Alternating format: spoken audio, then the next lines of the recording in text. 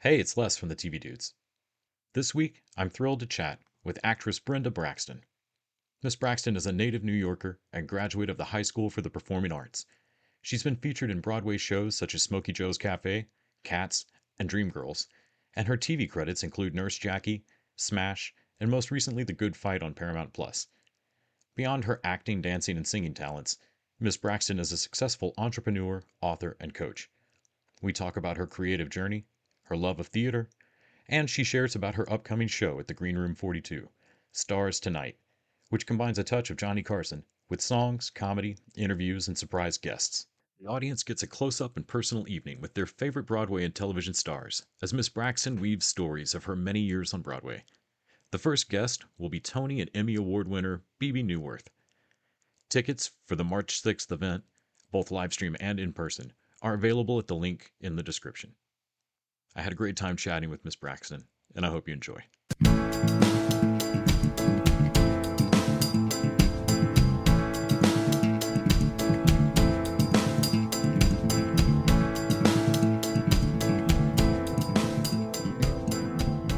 Hi, Les, it's Brenda Braxton. Hi, thank you so much for making time. Sure. When I got asked if I'd like to speak with you, I jumped at it. I loved seeing you on Good Fight for the seasons you were on there, and of course, the seasons you were on, there was such an ensemble cast. It was always a fight as a fan watching and going, well, I'd love all of you to have more time on screen. Let's follow everybody.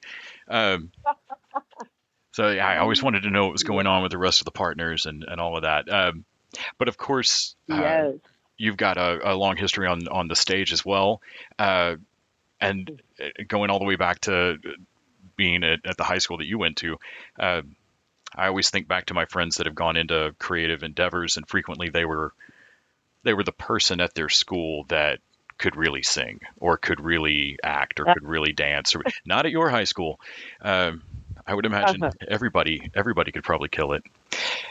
Can you talk to me a little bit about getting bit by the bug and what first made you discover that singing and moving your body and doing theater kind of rang that bell for you?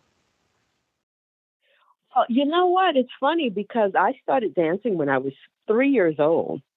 And so it's the only thing I've ever wanted to do. I thought at one point, I think I was about 11 years old, and I was like, no, I don't want to do it anymore. And so my mom was like, okay, well, then we'll take a break from dancing school and see how it goes. And I missed it so much that I immediately went back to it. So it's the only thing that I've ever really, really wanted to do. At one point, I did want to be an attorney, but only because I wanted to give my final remarks. And that's pretty much acting. You know, I wanted to give my final court remarks. But it's the only thing I've ever wanted to do. And of course, it had to develop from dancing into acting and singing and all of that for Broadway. But yeah, this is it. This was it for me. And I've been blessed enough to be able to make a living at it. Well, and to push through, there's going to be those moments, especially when you want to do something from that young an age. There's going to be those times like when you're 11, when you think, I picked this when I was 3. Did I mean to do this forever? And also, these things are real work. There's, when it comes to a creative endeavor, there's simultaneously just the fun of making noise and moving around and all of that. But then there's also the real honed skill from hours of training. Do you remember the first time that you realized in a class that this is going to be difficult, but I also really still want to do this? I think that was my first year of high school at PA, at Performing Arts, when I realized, oh, these people are very serious about this. Because I started out in tap and ballet, as most 3-year-olds do. But when I went to Performing Arts and I realized there's Martha Graham, there's all these other techniques that I can learn, that I should learn. It was a wonderful awakening. This little girl from the Bronx who is now opened up to all of these different dance forms. I joined an African dance company. I joined Fred Benjamin, which was kind of a jazz company. And it just opened up everything to me. Just, I mean, and in PA, we also had what they call the character class, which is they kind of give you a chance to find your own song for an audition and kind of do mock auditions, things like that, which was totally a surprise to me as well. I didn't know anything about Broadway. They finally took us on a trip. I think we went to see, what did we see? I want to say Finian's Rainbow or something like that. And I remember just sitting there going, wow, what is this? What is this? And it's, it's kind of sad that so many kids don't get to experience that, even if they don't go into theater, but to experience that kind of, uh, uh, uh, um, I don't know, just to have that open to them, that kind of option open to them, And I know you've written books and have done things like your afternoon programs about finding your second act. Uh, can you talk a little Huh? bit about that kind of dovetails into was going to be my next question. As you're learning more and more of this, and just oh gosh, there's all these different avenues of I thought I knew how to dance. Now there's all these dances. Uh, Right. did it ever feel overwhelming? How did you keep the joy of it going for yourself? Uh, and then did in terms of building that skill set that helped you be the be the kind of person who could talk about finding your second act and knowing how to keep the joy going for something. Well, when you're younger, everything, yeah, when you're young, everything is new and everything is exciting. My mom always taught me to, that I could do anything I wanted to. That's another thing. If you have parents who will kind of help you through that journey. When she was growing up, she wanted to be an artist. She draws pretty well, and she wanted to be an artist, and she wanted to go to Fashion Institute. And my grandmother wouldn't let her because back then, of course, either you were a nurse or a secretary or something like that. So my mom vowed that if she had if she had kids that showed any kind of art artistic anything that she would allow them to pursue it, and that's what she did with me. So I had a really good family behind me as well, telling me you can do whatever you want. So by the time I got to performing arts, I was just hungry for everything. I was a sponge for everything. I listened, I watched, I asked questions. Um, so that kind of was the foundation for me to continue through my life. And yeah, you have the ups and downs, which is a theater person's life is nothing but high highs, low lows, a little bit in the middle, but that's what it is. But if you keep that kind of, I just want to learn everything. I want to see what I can do and where I really, really fit into. And I think that's what carried me through these 40 something years of being in theater, going from a chorus person to an understudy to, assistant to Michael Bennett, Michael Peters, or working with George C. Wolfe, with, stuff like that. I constantly wanted to learn. So that kept me going throughout my career. When I turned 50 was when that time that you're talking about, when it was like, oh my goodness, act two, now what? Because once a woman turns 50 in this business, it's almost like she's a whole nother person, and people treat her a whole nother way. They don't call you for certain things. They assume that you can't do other things anymore. And so that's what started me on this whole journey of Act Two, now what? Because I wanted to show people that I still can do it. Yeah, maybe not as quick, but I'm still very vibrant. I'm still, I've learned a lot from being me and being on Broadway and off Broadway and off Broadway. I still can do. I still can bring something to the table. Maybe even something that you didn't think I could do. Now you can go, oh, okay, well, she's still cool. So that's how this business has changed for me. I still have the passion and the love for it, but it's a different kind of challenge now. But it's still something that I'm like, oh, okay, well, let me see what I can do at this stage, at this being a woman over 50, over 60, still vibrant in this business.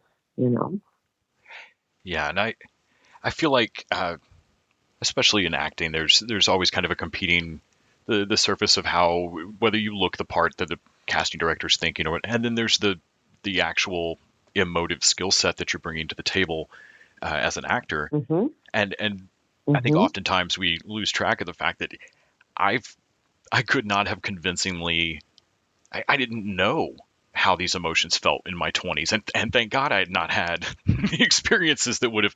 But I'm 44 now, and I've been through some things that I'm uh, there, but for the grace of God, my 20-year Yeah. old self didn't have to live through, thankfully. But I've gone through them now, and Well, they show, yeah.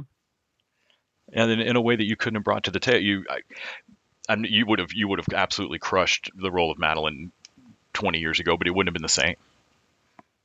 No, no, because the role that Madeline was, she started trouble, but she didn't start trouble from. Let me see. She she she just questioned a lot of things. She was very very.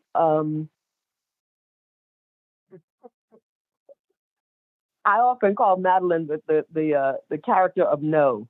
She said no very easily if she didn't want to do it, and it wasn't a thing of no, I'm not going to do it. It was just a matter of fact thing, and I think as a 20-year-old, it would have been more of an anger kind of no as opposed to a matter of fact no, but no, we're not going to do that. No, that should not be done that way. Yeah, this firm had a Um, path before the rock of this plot line got thrown in it. What were we were doing a thing already. exactly. Yeah. We're already here. So you're coming into our space and you should respect that. And we need to make sure that we stay on point for what we started this business for, this firm for. So I think in that she's she's more knowing. She's more solid. She doesn't just fly off the handle. She's got a reason for it. She's got an explanation for why she feels that way. And she stands on her principles and she doesn't feel she has to back down because she put in her time at this firm. And she wants to, if she's going to change her mind, she needs good reason behind changing her mind.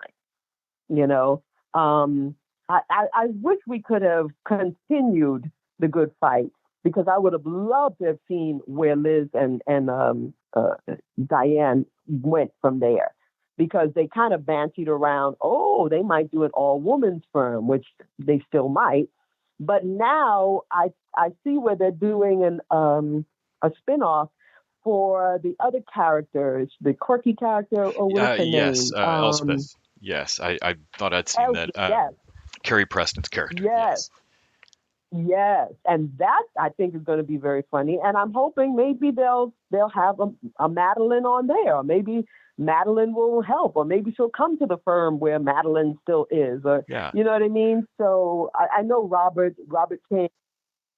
Yeah, I know Robert King likes me and respects my work. So you never know what could happen. Well, But I think that's going to be a great it's spinoff. fascinating to watch back across Good Wife into Good Fight and everything and see Yeah. who gets pulled back in and who's still in this orbit, Yes. and which Yes. characters. And to your point earlier, I always thought you were exceptional casting for the character simply because it could Thank you. have fallen to something as simple as just angry.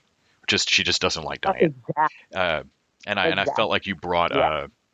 a better presence to it. Not that the writing did obviously doesn't also support it, uh, but The writing was but you see shows where someone makes a choice and it just doesn't maybe quite hit as hard. I felt like you really got that across, walking a kind of tight line there. Yeah, it was fun. It was fun. And like you said, they had so many theater people in the shows. Mm. It was wonderful to see that because there was a time when if you were a theater performer, they didn't even want to see you. They didn't even want you to audition Yeah, because like they one or thought the it was other. Yeah. be way big. Yeah, but no, they're open to us now, which I'm so happy about. Yeah, I remember talking to folks off Crazy Ex-Girlfriend about how many of them, how much theater cast was present on that show too. I always Yeah. think that's a wonderful uh, different energy to bring. Obviously, stage and the way that Yeah. they shoot television or movies is completely different. Uh, Right. for you as an actor, do you feel that difference? Is there a preference? Do you enjoy? I guess in a theater, in a stage production, you can read the script and you know the full scope of your character, whereas on a TV show, you might not know where Madeline's going. Right. It's funny. I still would like to do Broadway, but now it just has to. 8 shows a week is no joke, for one thing, and so it has to Hmm. be the right fit for me. That I know that I can sustain my 8 shows a week. Because getting back to being a mature woman, I know there are certain things that I just don't want to put my body through, for one thing, and I want to do something that I feel joyous about every night. I don't want to do anything really that makes me feel like, oh dear God, shoot me now. But I want to be able to make a choice of, yes, I go into work every night and I am happy to be here. I do prefer television to a certain extent. It's a little more taxing in the sense of having to memorize lines so quickly. Hmm. But I think if I get to do like a real part, like a main character part, you do have a little more time to get your lines down, things like that. And I just like the idea of the intensity of it. Sometimes it was really intense. Like when we did the whole thing, I think it was the episode was the gang goes to HR or something like that, where the N word was said Hmm. and it was offensive to someone. They think it was me that went to HR. I Yeah, don't and they're think it trying was to figure out me. who went to HR. Yeah. I was offended. I don't think I was the one who went to HR. But it got pretty intense in the room because, for one thing, the writing was just so on point with present day things that were going on. So in the room with having African Americans and whites and that kind of close kind of conversation, because it wasn't really just about doing the scene. We did have a kind of, okay, how does everyone feel Yeah, about this? This yeah, is a yeah. There's little no kind way of, not to you talk know, about it while getting ready to do that. I wouldn't think. right, right. So I enjoy that because I think that kind of dialogue helps nowadays. Hmm. It can't help but help talking about it and figuring out where each person stands, maybe, or why. Like me personally, I don't take offense at anyone telling a story and the N word is in the story. But just to be saying the N word, just to be saying the N word, that's offensive to me.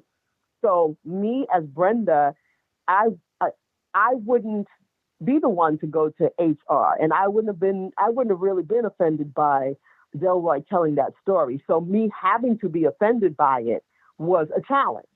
Does that make sense? Hmm. Yeah, yeah, and I guess in, Me in those having to play positions, you that just have to I was hope that the offended writing is solid enough to is allow right you to see it. to make it right and to allow me to then go, oh, okay, I've got to act like I'm offended by this. Hmm. It's like an actor having to play the bad guy or having to Hmm. play a rapist or having to play, they're not rapists, but so that little thing was just a challenge for me. But I like that in that genre, having to do, theater is so different. Well, of course the show you have coming up is a little bit different than either. Can you talk a little bit about Stars Tonight and getting to Oh, kind of do a variety? so yes. So having grown up during, okay, I'm really dating myself now. Jack Parr and all of those shows, and then Johnny Carson. I love that kind of show. I loved Laugh-In. I loved skit shows like that. And I've always, always, always wanted to do something like that, a cabaret talk show, and I called it a cab talk show. So finally, I presented it to Green Room, and they were like, "Wow, that sounds exciting. That sounds interesting because it's not a cabaret show. It's not a all talk. It's something in between. So this is the first time we're going to be doing this, and I'm hoping that it'll become a series. And I had forgotten about doing it, but then I did a show there called Bill in the Blanks. A friend of mine, Billy Mitchell, wrote a funny piece called Bill in the Blanks. And BB Newworth was in it with us. And after the show, she was like, Duchess, that's what she calls me, and I call her Princess. She says, Duchess, did you have the show? You are so good at hosting, because I also had hosted Stars in the House with Seth Rudetsky. I'd done maybe 10 or 15 Stars in the House where I hosted it a couple of evenings. And she said, why aren't you doing that here? And I was like, well, I don't know. She says, if you do it, I'll be your first guest. So I had to do it. I had to figure it out. And that's how this came about. The Stars can. Yeah. Well, I think that looks like it's going to be a blast. And of course, I'll put a link to the tickets. Yes. And it'll be streamed, so everyone can stream it if they can't, if you happen to be in Australia, you can stream it. Well, it's going to be fun. I'm dead center of nervous. Texas, so I'll have to avail myself of that option there. Yes. So yeah, I'm a little nervous because I love comedy so much. Lucille Ball and Carol Burnett, those women, not only were they funny, they were physically funny. Mm-hmm. So I like the physicality that I have with my humor and my comedy. I don't think many women nowadays are doing that, like the physicality, like Lucille Ball was just crazy with it. Mm-hmm. And of course, Carol Burnett. So I'm going to see how it goes over. Well, I mean, at least you've got a great first guest, and it sounds like it's going to be absolutely amazing. When I saw that you were doing it, I was like, she'd be perfect for that. I think your energy is going to be great on it. Yes. So we'll see, and there will be songs, Well, like you said, cabaret, cab-ish. Cab talk, yes. Thank you so much for chatting with me about all of it today. I really hope that they. So we're just going to put it out there into the world that they should rope you back in for Elspeth's show, and I hope I get to talk to you again soon. I look forward to watching the show. Sure. All right. Thank you so much. You have a great rest of your day. Thank you again. Okay, you too. Bye-bye.